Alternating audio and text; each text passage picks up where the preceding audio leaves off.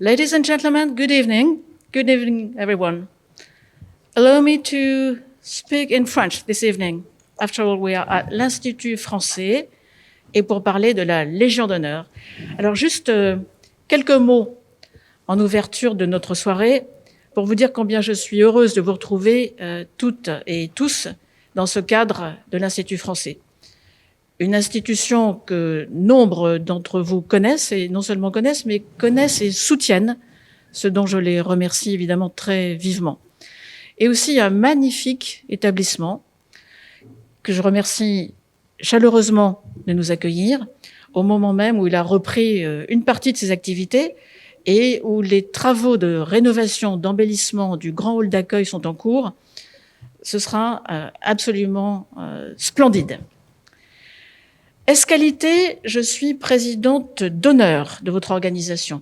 Ça n'est pas une charge si lourde, mais c'est une responsabilité que j'assume très volontiers, et même ce soir avec un grand plaisir, puisque ça me donne l'occasion d'être parmi vous. La pandémie ne nous permet pas de nous retrouver tous physiquement. C'est dommage, mais il est plus prudent de continuer à prendre nos précautions. Quoi qu'il en soit, je me félicite que cette réunion puisse avoir lieu. Elle nous permet d'être ensemble, même à distance, et elle traduit aussi l'engagement de vos membres et de votre conseil, que je remercie là aussi et félicite pour cet engagement constant au fil des années. Et vous ne serez pas surpris de m'entendre ajouter qu'il y aura une vie après la pandémie, et que nous devons y travailler, et qu'en ce moment même, en tenant cette réunion, d'ores et déjà, nous y travaillons et nous préparons l'avenir. Cette Légion d'honneur qui nous réunit ce soir avec nos invités sur le plateau et tous ceux d'entre vous qui sont de l'autre côté de ce média virtuel, cette Légion d'honneur, elle a été au cœur de la relation franco-britannique ces derniers mois. Je n'ai besoin de rappeler à personne, je pense que le président de la République lui-même est venu à Londres en personne le 18 juin dernier pour remettre les insignes de la Légion d'honneur à la ville de Londres et à travers elle, bien sûr, à la famille royale, à ce pays, au peuple britannique, à son gouvernement, qui nous ont aidés dans ces moments cruciaux de l'histoire de nos relations. Ça a été aussi une année où nous avons pu, les uns et les autres, montrer que la Légion d'honneur a été fidèle à sa vocation. Distinguer d'immenses mérites, dire la reconnaissance de la nation, unir au service de l'amitié franco-britannique. Alors nous l'avons fait, cette année encore, en décorant les vétérans qui ont participé à la libération de la France pendant la Seconde Guerre mondiale. Et je l'ai fait moi-même au début de cette année, aux côtés du ministre de la Défense, Wallace, en décorant le 6 millième vétéran, Geoffrey Pigeon. Une personnalité d'ailleurs, c'était un moment à la fois très émouvant et joyeux, important, positif, un très beau moment. Tout ceci pour vous dire que la Légion d'honneur reste un instrument, et un instrument irremplaçable au service de notre relation, au service du rapprochement entre nos deux pays. Il l'a démontré au fil des décennies, il l'a démontré cette année, et je suis sûre que nous continuerons l'an prochain et les années qui viennent. My final words will be in English. We're living challenging times, indeed. But let's keep hope and determination, as there will be better times, and all will be well. All will be well. I would like to express my deepest thanks to Nicholas Soames, to you, sir. You sent me those words at a time where France needed friendship and support, where we were under terrorist attacks, and you were there when it was needed.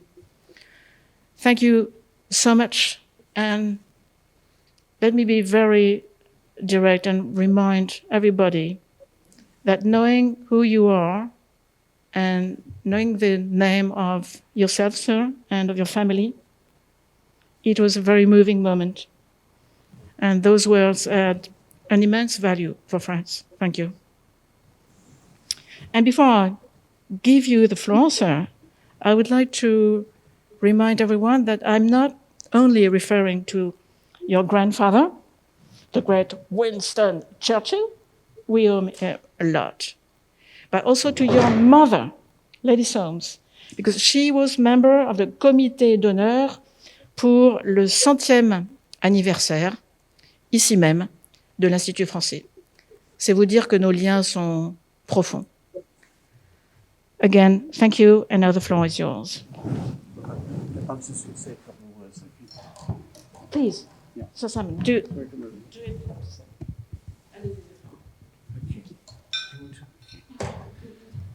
I'll just say a couple. Excuse me. I'll just say a couple of words before Sir Nicholas gives his address. As you know, I'm the chairman of the UK chapter of the Légion d'honneur. Our vice chairman is on the screen at the back there, and he will organize the Q&As after Sir Nicholas's speech. I just want to thank the ambassador very much indeed. As she said, she is the honorary chairman of the UK chapter of the Légion d'honneur. We're extremely grateful, Ambassador, that you are with us tonight, and extremely grateful that you've allowed us to have this address in the Institut Français. Can I just say one thing about the Légion d'honneur? There are 2,000 holders of the Légion d'honneur who live in the United Kingdom. Unfortunately, only 80 of them are members of the UK chapter. We need as many members as possible because I think that's the way in which we can grow and produce and give more and have more events like tonight. We haven't had any events this year because of the COVID. We're very grateful to Sir Nicholas that we're going to have this here tonight. We were planning originally to have it in the embassy. No, not the embassy, the residence. So I will hand over now to Sir Nicholas, and thank you very much indeed for coming. We're extremely grateful, as the ambassador said, that you're here. Your family has a lot of connections with France, and your grandfather, obviously, and your father too, and your mum, and your mama. So, Nicholas, the floor is yours. Thank you very much.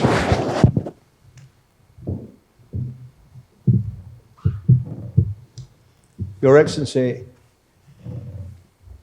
my lords, ladies and gentlemen, first of all, may I thank you very much, Ambassador, for your very kind and generous words, and indeed to emphasize that my mother was indeed a great supporter of this marvelous institute, and I have been very pleased to already see, I've been shown a photograph of her when she was here in 2010, when the appeal was being made. So I'm grateful to you for your generous words and indeed for your kindness in coming tonight. It's a very great honor for me to have been invited to speak to this gathering of the members of the United Kingdom chapter of the Légion d'honneur. And I was very honored to have been asked by Sir Simon to come here tonight. And I am more than ever delighted, if rather unusually so, to speak to such a distinguished virtual audience. You're out there somewhere, I'm not quite sure where, but you're there.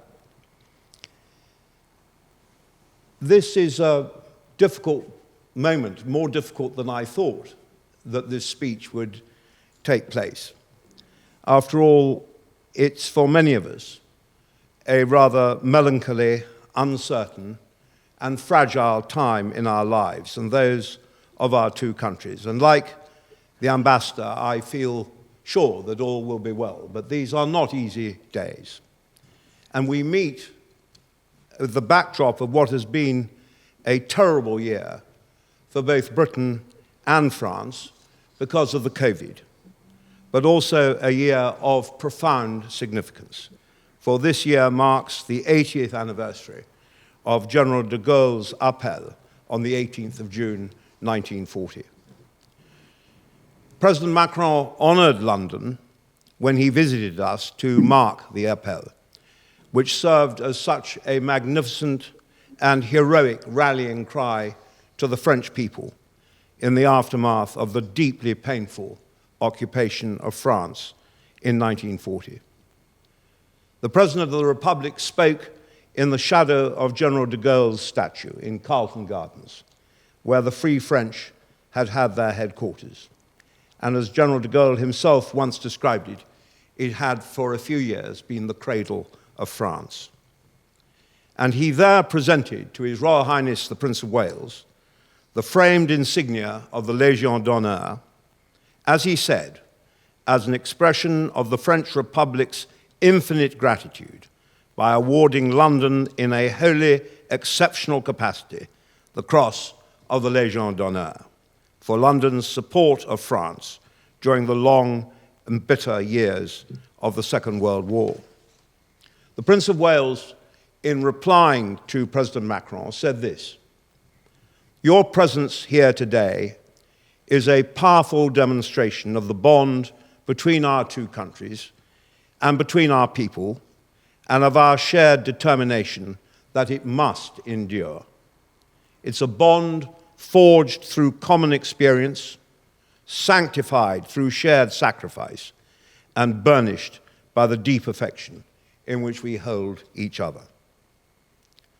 Ladies and gentlemen, I should declare my hand at once. I grew up as the child, the grandchild, and the great-grandchild of a family who greatly loved and loves France and knows it well.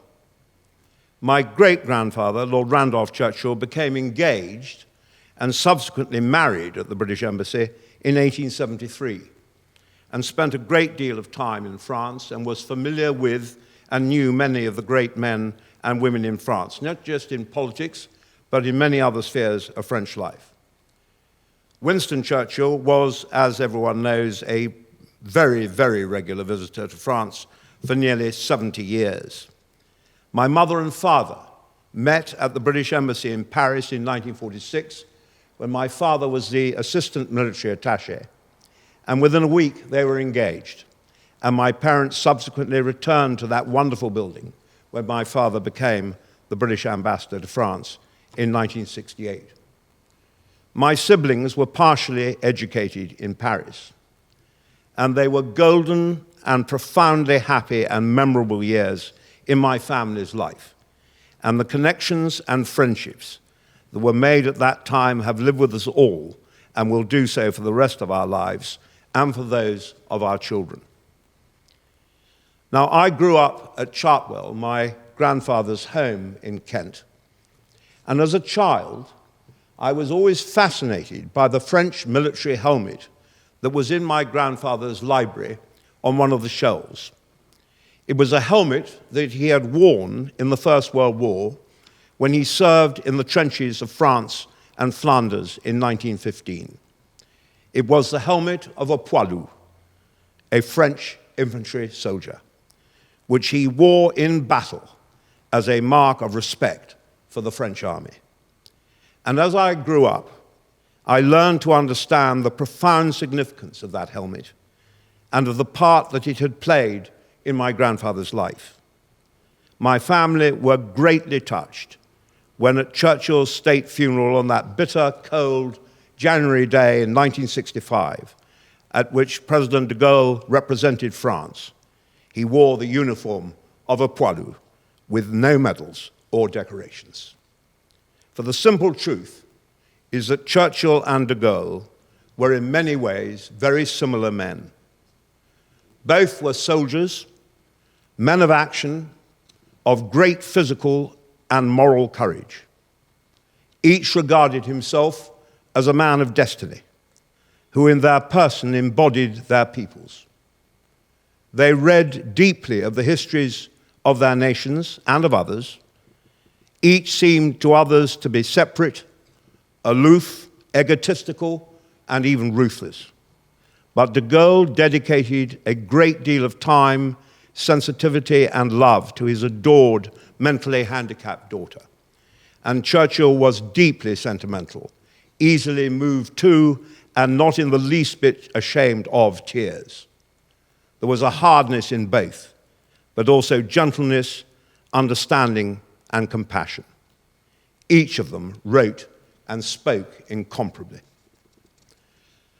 There was, I was told by my father, then a member of Parliament, an unforgettable occasion when de Gaulle came to London on a state visit in 1959, when in Westminster Hall, in front of a huge audience of both the House of Commons and the House of Lords, and many of the most distinguished men and women of this country, he held the hall enraptured with a faultless delivery, without any notes, and with a grand gesture that rolled away all the disputes and animosities and misunderstandings of the past. He referred to le grand Churchill, upon which Churchill burst into tears, and the entire audience trembled with emotion, knowing that they were present at a true reconciliation between two very great, yet very difficult men. They were also, both of them, rather lonely men, who preferred to march alone rather than in company, and who in old age reflected more on what they had not achieved rather than on what they had.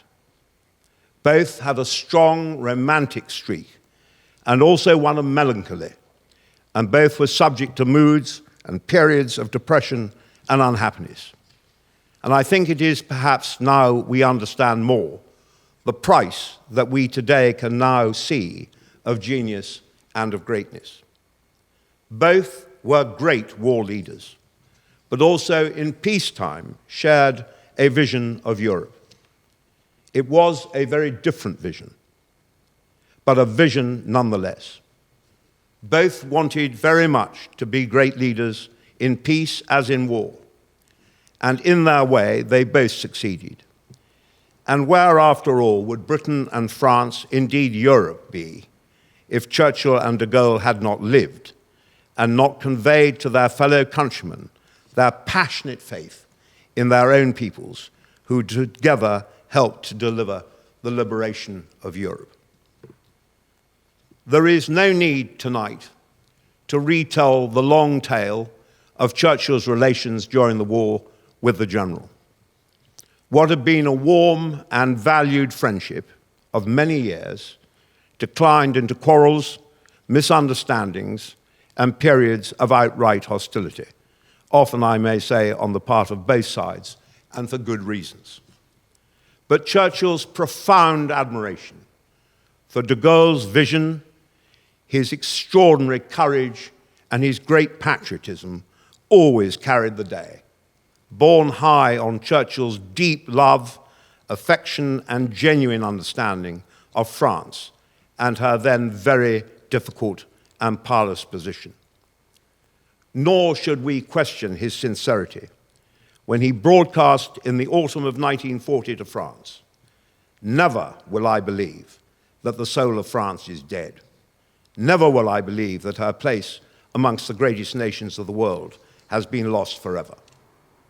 Now, as a man, throughout his life, Churchill had strongly entrenched attitudes and principles from which he seldom deviated, and amongst them was his enduring love of France.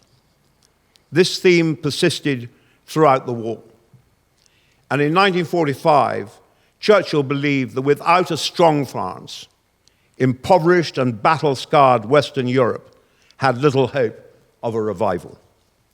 Churchill, no longer Prime Minister, had pleaded for a partnership between France and Germany, partly, no doubt, because no one was more conscious than he of the ruin which had fallen on the world as a consequence of Germany's bids for power.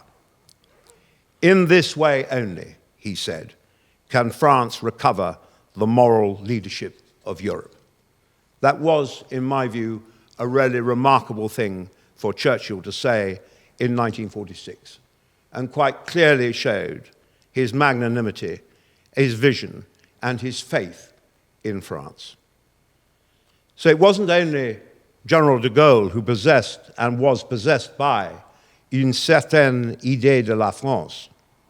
To Churchill, France was a country which he had visited from his boyhood and whose glorious martial tradition had nurtured the most heroic of all European legends, that of Joan of Arc. To Churchill, France harbored a civilization of infinite richness, variety, and fascination. And it was not just because it was the land of sunshine and Paul Roger champagne. In 1944, he wrote, "All my life, I have been grateful that France has made to the culture and glory of Europe, and above all for the sense of personal liberty and the rights of man, which has radiated from the soul of France." This love affair, and it was a love affair, was no passing fancy. For France gave him something else in very particular, in which he found great comfort and pleasure, and through which he restored and refreshed his life in good times and bad. From the age of 40, he became absorbed with painting. Painting was a way of enjoying the open air and the intensity of hue, something which he associated with holidays and good conversation and time well away from politics. No one who sees his paintings of France can fail to be struck by their gaiety, their vivacity, their obvious love of life and place. And this ardor for France speaks to us as clearly from the canvases as from his books and his speeches. He reveled in the clear light and the limpidity of the waters. He loved the buildings and the landscape of the old France, as he found at Carcassonne and Avignon in particular. France and painting, the trees, the mountains, the buildings, the play of sun and shadow had become inseparable in Churchill's life and mind. He went to the south of France for many years and painted constantly near Marseille and along the Côte d'Azur.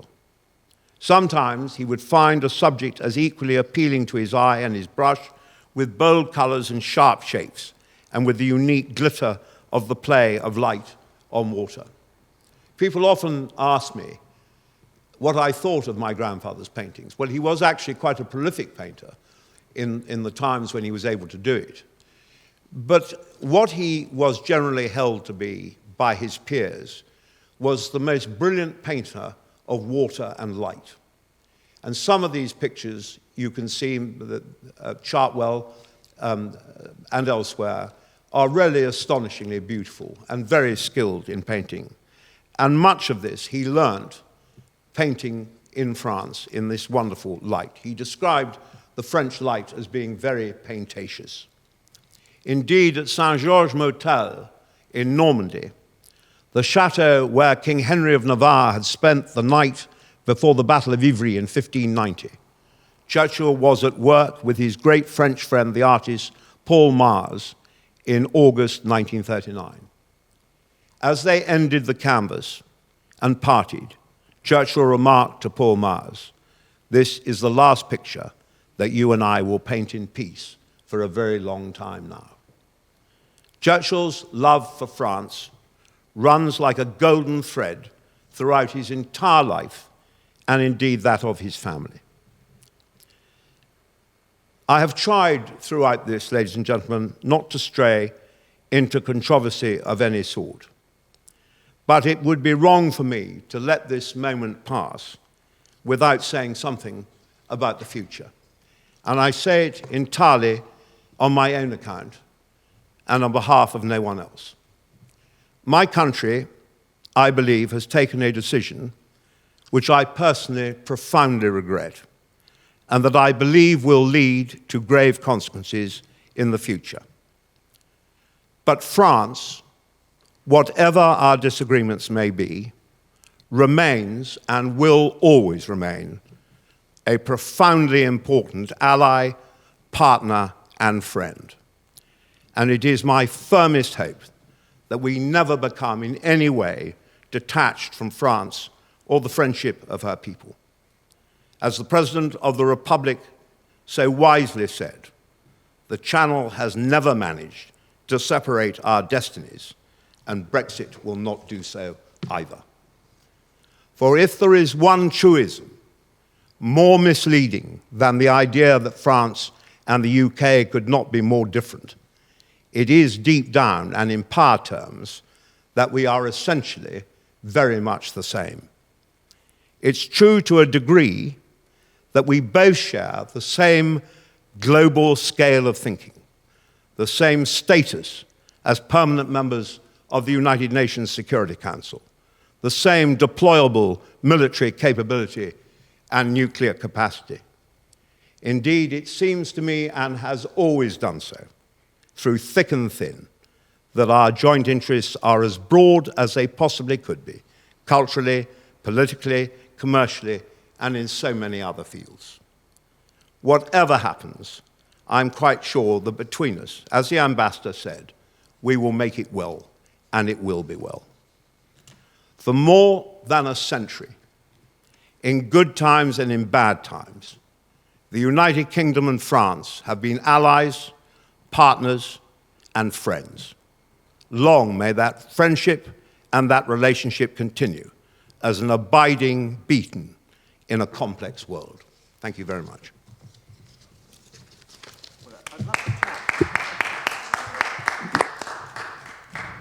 Right, can I?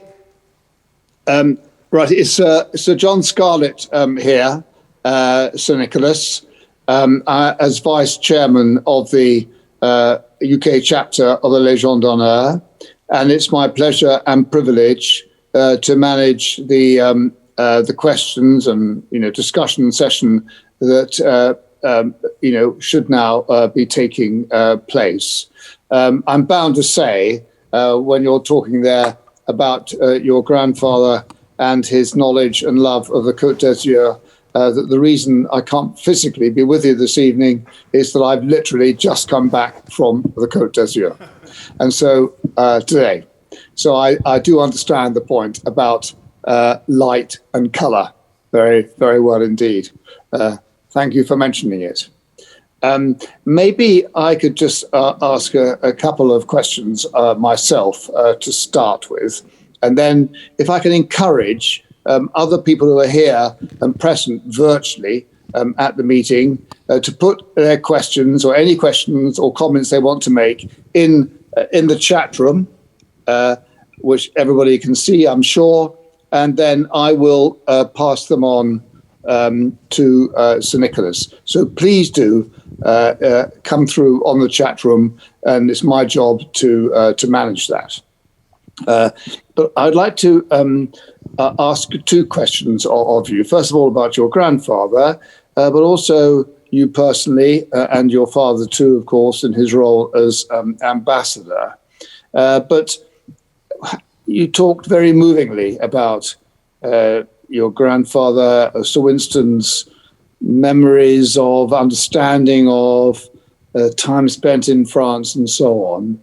And you talked about your own beliefs and feelings about the relationship between our two countries and into the future. But how do you think, can you sort of say how you think your grandfather actually, what did he see as the outstanding features or feature or character of this relationship between France and Britain? Well, thank you, Sir John. And that's a very difficult question, actually, in my view, because it's such a broad question. I mean, my grandfather first went to France when he was 17. And I don't know how many times his private secretary, Anthony Montague Brown, and Jock Colville, both of them tried to work out on how many occasions he'd actually visited France, and they gave up trying to get the numbers. But it became a very big part of his life. I mean, he loved the place, and he particularly, I think, Lord Randolph, with whom he had a very difficult relationship, I think the fact that Lord Randolph and his mother, Jenny, met and married in Paris, I think that was an important thing in my grandfather's life, because he absolutely revered both his parents. And I think that led to his endless visits and travels all over France. And then, of course, you come to the pre-First World War period when he became friends with a number of the most important politicians on all sides of the argument and the arguments in France.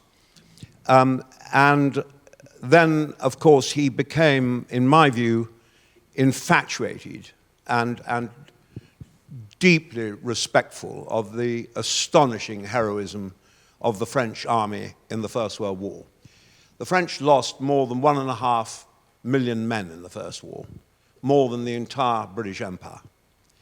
And I think it was a figure so stupendous in Churchill's minds that his regard and respect for it became a very dominating thing. And hence, I think the really touching gesture that he wore the hat of a poilu in the trenches. There's a wonderful picture of him, actually, a photograph. I think it's in Andrew Roberts' book. It's certainly in one of the biographies, of him standing with his great friend Archie Sinclair in Flanders, Plug Street, they called it, Plugstraat. Both in there, in unspeakable, obviously terrible conditions. But my grandfather in a very, very long Macintosh with a poilu hat on. And there is something immensely symbolic about that. You know, it wasn't official issue. He wore it to make a point. And that point was his love and respect for the French and the French army. And so I think that bore in very deeply with him. And then, of course, you know, he resigned over the Dardanelles. He went to the trenches. He fought alongside the French. And that further increased his respect and admiration. And then, of course, after the wars, he was a very regular visitor to France, and again, was very familiar with the French generals and very familiar with French politics. And when I was reading to try and sap up a bit for this speech, but the complications of French history and politics are so great that he studied them very carefully, and they framed a lot of his thought and where he went. So then you come through to the Second World War, and then there is the painful, deeply painful occupation of France, the relationship with the general, which was absolutely profound, very difficult indeed, and perfectly understood. There's a wonderful occasion, actually, I meant to put this in the book, when the general was invited to dinner at number 10 by my grandparents, and he a tiny bit overdid the criticism. And my grandmother flew at him. In fact, in a letter to my uncle Randolph, who was then fighting in the desert, my grandfather said, "He so outraged your mother that she dropped on him like a jaguar out of a tree." And he was terribly embarrassed, the general, that he'd gone too far, and he sent my grandmother the next day the most beautiful Lalique cockerel. And the Lalique cockerel stands to this day at Chartwell. It is there, and its history is regularly explained. And indeed, when President Macron came here for the celebrations this year, Ed Llewellyn, the British ambassador in Paris, managed, and I, playing a sort of supporting role, managed to get the Lalique cockerel out of the National Trust to go to number 10, to come here so the general could see it, so that the president could see it. So, you know, there just are these great tangled skeins in his life that ran right the way through. And then after the war, of course, you know, he became older. His pleasures were more for the pleasures you've just been having in the south of France, the sun and the company. And of course, never to be underestimated, the very profound impression made on him by Madame Port-Roger, Odette Port-Roger, who was the wife of the founder of the Maison Port-Roger, the Champagne House. And my grandfather, after meeting Odette, who was, I mean, I knew her very well, and I was lucky enough to know her, albeit when she was absolutely his idea of what a French woman should be like. He absolutely adored her. And from the moment that my grandfather died, the Champagne Port-Roger, the vintage champagne, is edged in black. as a symbol, and he refused to ever drink any other champagne at all. So Odette and the Port Roger and the fun side of France played as big a role with him in his later life, I think, as the political and the martial and all the rest of it side of France. So it was a deeply, deeply held, and you know, the word "the general" was spoken in hushed silence in my family. It played a big part in all our lives. Well, thank you. Thank you very much. You said it was a difficult question, but you've given a very good answer to it indeed. Now, questions have come through. So I've got one final one, but I'll save it up maybe. Now, here there are 2 or 3 questions I might just bring together because, surprise, surprise, they do refer to the current situation, which you referred to politely and carefully in your comments. So the first one from Rick S. is, do you think that Brexit will in any way loosen the bonds of shared history and relationship? Now, I'll carry on. Right. Thanks. This is from Vincent de Rivaz. Thanks a lot for the great tribute to the friendship between our 2 countries. As a genuine advocate of this special relationship, what would you suggest to us in the responsibility or role we have, can we actually do to prevent Brexit hurting this precious jewel that we should all cherish as a treasury? And finally, quickly, current negotiations fail and there's a falling out between the UK and EU with the usual inevitable temptation here to blame France. How can we best ensure that the bilateral relationship survives and flourishes despite everything, because it is so important for Western democracy and interests? That is from John Holmes. Well, I completely agree with Sir John, a former ambassador to France. I think, well, there are several things, John. First of all, nobody can undo the historical relationship between this country and France, and absolutely nothing that anyone could do really could ever, because that has happened, it's a fact, it's what they call in the army a force in being. It exists. And it is indeed a precious jewel. And the point about these very important bilateral relations, in my view, and I only speak, I have no public position at all now, I'm a retired member of Parliament. But the only thing that is incumbent on all those who value these relationships is to make sure, above all else, that they continue. And we have been through rocky roads and difficult ground before, and we will go through rocky roads and difficult ground again. And I think, there's no question about, I think blaming France is quite, Britain has made this, the nation has voted to leave the European Union. This very, my very unwise decision has now to be put into place, and in the course of it, there will be some broken eggs, because that's what these sort of things are about. Nobody has ever left the European Union before. It's caused a great deal of hurt, a great deal of pain. I spend still quite a lot of time in touch with my European friends and colleagues, particularly in the defense world, and I think people are deeply perplexed and hurt that this should have happened. But there remains a residual affection and respect on both sides that will, and I entirely agree what the ambassador said, that all will be well. It will be well because we will make it well. And the only way to ensure it is well is that those people who love France, who value the relationship, and the French who love England and value the relationship, that we all work together. And that's why something like the chapter of the Légion, the UK chapter of the Légion d'honneur, is very important, because it is a kind of outward and visible sign by those who mind about this relationship and mind about the circumstances and all the rest of it, have of expressing their view by being a member. And so I think it's maximum support to all the institutions that are involved in these bilateral relationships. We're going to be in the hands of governments who are going to be, it will not be a pretty picture.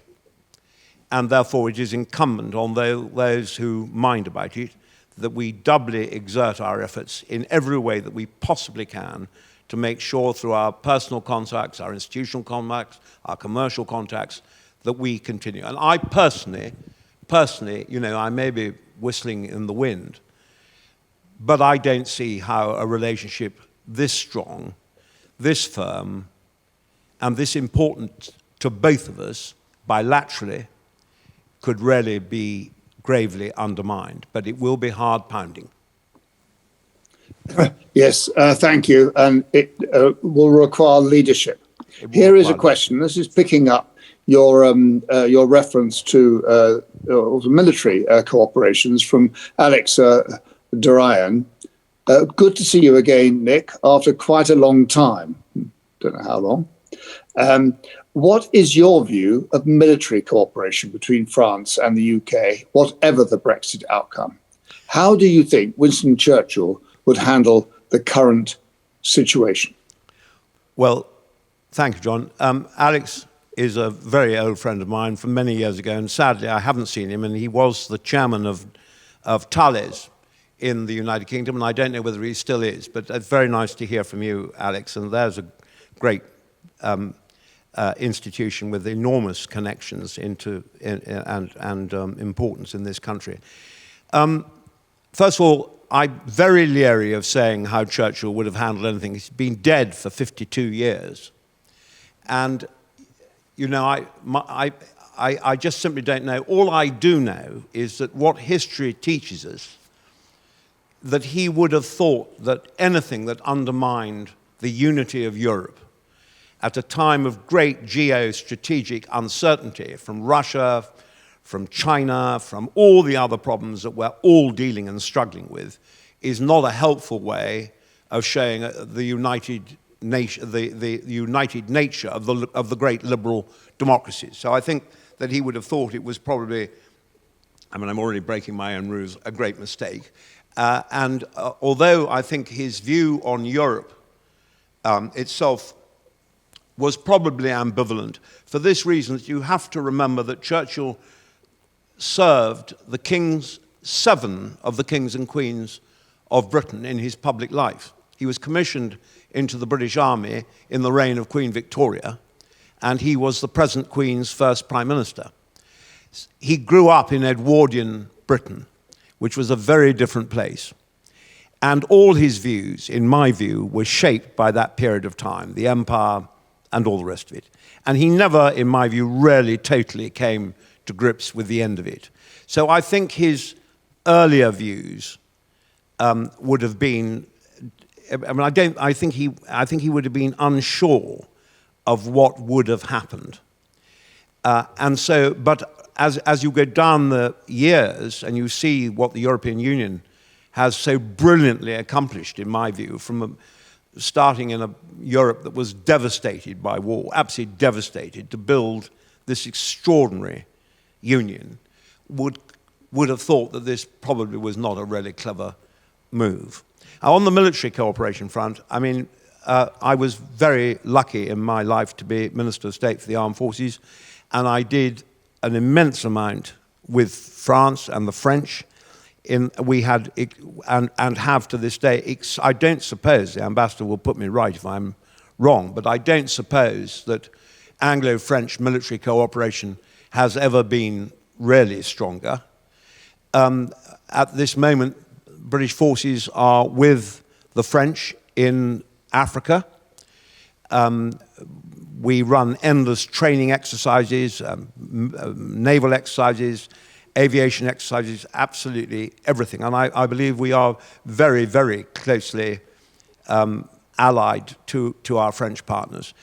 And at the same time, if I may say so, I think that President Macron, in his expressed views on NATO, for which he got some stick, is completely right. I think President Macron's view of NATO and what needs to be done to reinvigorate it and to revitalize it is absolutely correct. So we've got all these things, military, civilian, cooperation, that are a force in being. And whether we are leaving the European Union, but whatever terms we lead on, the wise heads will conclude that our relationship with France, and I hope that France will conclude the same thing, frankly, will continue in the same way as it has done, although it will never be quite the same, because we have, I think, made a mistake, and I think our friends think we've made a mistake. So, who knows? All right, thank you. And here is a question, picking in a way much of that up, from Franck Petitgard. Clearly, those who invoke Churchill memory to support their Brexit thesis are very wrong. France and the UK have come together in terms of strife around common enemies. It seems that post-Brexit, we will maintain the Churchillian and de Gaulle legacy with strong military cooperation, as you've just been saying. Are there other areas, for example, climate change, human rights, etc., where we can do more together? Well, first of all, that's a very certainly on climate change. I think I'm right in saying President Macron is chairing a summit in, I think in February in Paris, to do with the COP. Is that correct, Ahmed? January, sorry. And is playing a very leading role, and we are also in our own way playing a very leading role in the climate change work. And I think that is one of the areas where we will work together. But after all, France is a member of the Security Council. We work every day very, very closely with France. And really nothing, I don't think anything very much has changed really down the years. Plus ça change, plus c'est la même chose. And let's just pray that that is the outcome. On the other fronts, I mean, like climate change, I mean, I think, you know, for example, we cooperate, I think, very closely on nuclear affairs. We cooperate commercially, culturally. I mean, and all that immense soft power that both France and Britain possess needs to be put into play for the greater good of the sort of security and the good business, the way to do business in the great liberal democracies and elsewhere. I think that France, as I say, you know, I mean, we do share, we're always alleged to be so different. I just don't believe it. And I believe that we share many interests, even if we pretend that we don't. We actually share great interests, and I think we will find those interests. But it requires, as Sir John said, absolute leadership. It really requires very profound leadership, understanding, not playing to the audience, doing the right thing. And that applies to all of us. Thank you. This is from Simon Horsington. Sir Nicholas, what symbolism of both do you see? This is a reference, of course, to Churchill and Winston Churchill and de Gaulle. What symbolism of both do you see in the common simplicity of their final resting places? Yes, well, they're both buried in a very simple country churchyard. Neither of them wanted a great, you know, my grandfather always used to go, or very regularly used to go and visit the Invalides. But, you know, neither he nor de Gaulle wanted anything but to return to the great simplicity, I think, of the earth in the place where they came from.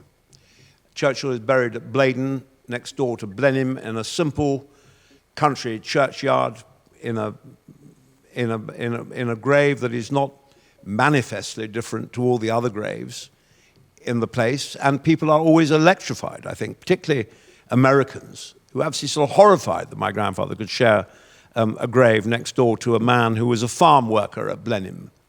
But that was what they wanted, and I think that the general was probably exactly the same. No fuss, no grandeur, just what he was. Yes, they didn't need the grandeur or the fuss. No. I think that's it. If I can just ask here another question from me. You refer to your time living when your father was ambassador in Paris, and you were living there, and the memories you have of there. from that time. And I think I'm right in saying, correct me if I'm wrong, that you would have been there when de Gaulle died. My father was the ambassador when de Gaulle died.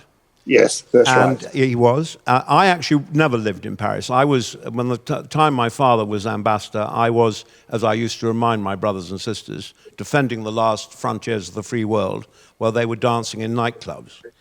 Right. I was serving in Germany in the British Army.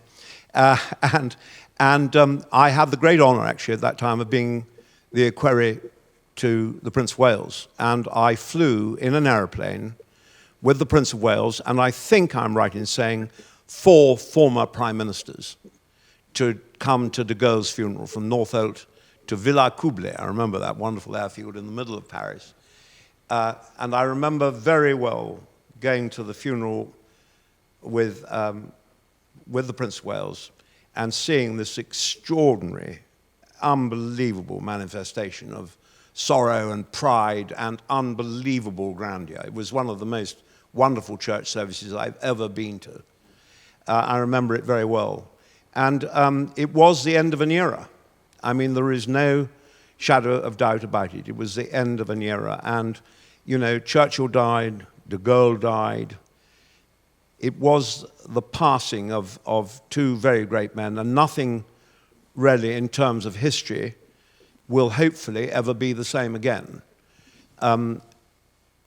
They grew up, both of them. I think it's interesting to note. I mean, it seems to me that one of the great, with very obvious exceptions, one of the extraordinary things about our modern political life is that nobody seems to pay any attention to history or what went before, or understanding the kind of reference points in history and what leads from them. And I think that the general was a profoundly well-read man. Churchill was an incredibly well-read man. They both learned from their histories and took them to be reference points for their lives. So I think it was really, when the general passed, it was truly the end of an era, and it was the end of an extraordinary period of time in Anglo-French relations. My father used to go and talk regularly to the general when he was ambassador. Indeed, on one occasion, led to an absolute disaster called the affaire Soames, when a private conversation was. It was a very painful period in my father's time in Paris. But the general used to talk to my father very frankly about his view of Europe and the future. And I think that his wisdom and knowledge and his vision, my father was always profoundly and deeply impressed by, and you couldn't help but be so. I have a wonderful picture of my father. I'm sorry it's a bit but I have a wonderful picture of my father presenting his credentials to the general. And I look at it every day. It's in my office. I have a copy in my office and a copy at home. And I can't look at it without feeling what a wonderful man the general was and how lucky my father was to have been an ambassador in Paris at that time. You certainly shouldn't apologise for the remarkable memories and recollections that you have there. Just thinking, I mean, about your father and his time in France. I mean, leaving aside the rather very special relationship with the general, do you remember how he felt about the relationship, the Franco-British relationship at that time? And did he come away with a feeling basically of optimism about the future? And what is your memory of how he viewed his time there? Well, first of all, my father was a member of Parliament for 25 years, and was asked, lost his seat at the 1966 election, and was asked by Harold Wilson and George Brown, a Labour government, to go to be the ambassador, to be a political appointment to Paris, because they thought my papa he spoke very, very good French. He was married to Churchill's daughter, which was a priceless asset as far as the general was concerned. And my mother played an irreplaceable role in their ambassadorship, in my view, absolutely irreplaceable. She was marvelous with the general, and the general talked to her a lot, I think. And I think they had a wonderful time there, but my father was sent there to try to help unblock the general's view about Britain joining the European Union, the EEC. And of course, de Gaulle's view was that we were too Atlanticist, that we would never really blend in and really play the game. And my father's job was to try and alter that. And to that extent, although they made great progress, it didn't work.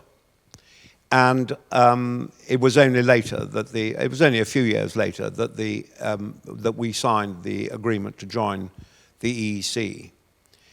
But for my parents, it was a sort of, I don't think they ever thought anything, that it had been the most wonderful experience to have the honor to be the ambassador in Paris, at a very important time, on a very important mission. But there's no point in also not pretending that that is the most wonderful and beautiful country that anyone could ever want to go and live in as an ambassador. And they loved their time there, but it was, to an extent, it didn't culminate in what my father hoped it would be, but there were a whole range of reasons for that. But he was very good, my father, he understood the nature of the broad nature of the relationships, as all ambassadors do. You know, it wasn't just military or civilian, it was across this vast range of interests. And he did things and heard things and saw things and was occupied in things which he had never dreamt in his life of ever being so. And I think it was, to that extent, a successful embassy. But it didn't create the great thing of unblocking the general. And at the end of the day, people will conclude, and do conclude in the histories, that maybe the general was right. I don't believe that, and my father never believed that. But the general looked at it from history, from his experience of the war, particularly his experience of dealing with my grandfather's relationship with the Americans. And I think he just concluded that we weren't a genuinely European nation. Well, that actually is completely untrue. You know, we're 25 miles or 22 miles from the French coast. We are practically in it, let alone of it. So I think it was, at the end of the day, some things work and some things don't. But it was I think, a glorious time for them. They were very lucky to be there. Thank you. Moving. I have for Sir John Holmes, again, a rather good, and I think it must be a final question. As well as the importance of Paul Roget in your grandfather's life, we should not forget the influence of French food, not least on your father. No. The stories about him at the residence, one of his successors here, and his keen interest in the right sauce for lunch are legendary. Yes. Would you like to comment on that? No, I don't think I will, if that's all right. And I think Sir John, who also kept a legendary table, and the wonderful Lady Holmes, a legendary table, it was true that my father wanted to put on a good show. And one of the first things he did when he got to Paris was to light the embassy. And he lit it up at night from the outside. And General de Gaulle referred to it as Soames et Lumière. But there were some marvelous occasions. There was a wonderful occasion. I don't know whether Sir John knows this, but my father was very, very knowledgeable about wine and food, naturally, but he was very knowledgeable about wine. And he had to lunch one day a distinguished French wine grower who he didn't like, but he felt that he had to have him to lunch. And the wine grower, I'm not going to tell you which chateau it was, so it would be embarrassing. But he sent, as a present for having come to lunch, a case of his chateau's wine of an absolute non-year. I mean, a really non-year. And my father wrote a thank you letter to him absolutely immediately, saying, "Thank you so much for this wonderful case of wine from your chateau. We have the President of the Republic coming to dinner next Sunday, and I propose to offer the wine to him." at which there was a stunned silence, and about 5 cases of magnums of the best that ever there was delivered the next day. It was a very cunning outflanking motion. But no, he kept a marvelous thing. And in fact, I think my father's chef, who came from the Rothschilds originally, was also worked for the Holmeses. I think he was also their chef, and he was there for many, many years. And I think it's safe to say that Chef and my father had a very close relationship, probably closer than it should have been.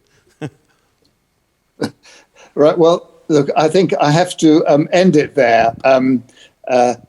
Here's a comment from John Holmes to, you were correct on the chef. Yes, Yeah. So hope you found that useful. If I may just say, Sir Nicholas, that was really, really interesting. Full of interesting detail, really relevant and convincing memories and anecdotes, but very personal, of some exceptional people that you have known, and that your family, of course, have been part of and have known. And you've done it in a measured and balanced way, but the emotion is clearly there. And I suspect it's an emotion shared by many people who are listening to your observations and your comments. And I'm seeing interesting and positive, good feedback coming in straight away. I think I just do want to pick up my earlier comment that you picked up too, which is that now we need, at last, finally, to see some leadership in this situation. Absolutely. Sir Nicholas, thank you very much indeed. Thank you. Thank you, John, very much. It's been a great honor and a pleasure. Thank you so much. Thank you.